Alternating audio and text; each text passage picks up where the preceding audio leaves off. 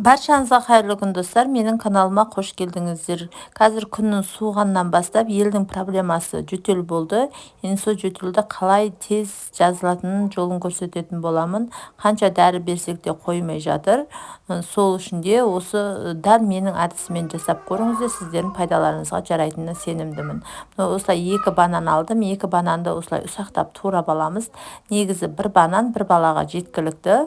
Мен 2 қызым жөтеліп жатқан екен. Осы 2 банан алдым. Осыны жақсылап ұсақтап турап аламыз.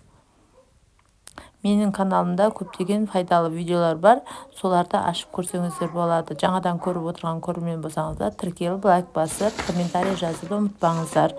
Бананның үстіне 2 түйір науат саламыз. Науатты 1 түйір сасаңыздар, 1 бананға 1 түйір жетеді.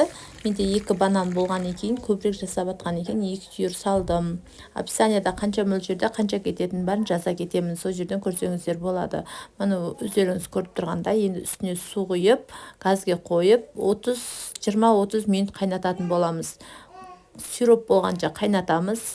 Міне өздеріңіз көріп тұрғандай 30 минут қайнап, міне біздің сиропымыз дайын болды. Енді осыны шыны ыдысқа сап қоямыз.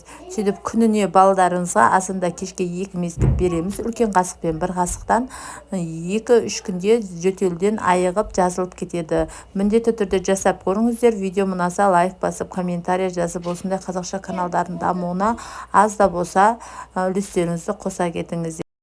1 банан 1 түйір науат болса жеткілікті, көп те ақша кетпейді.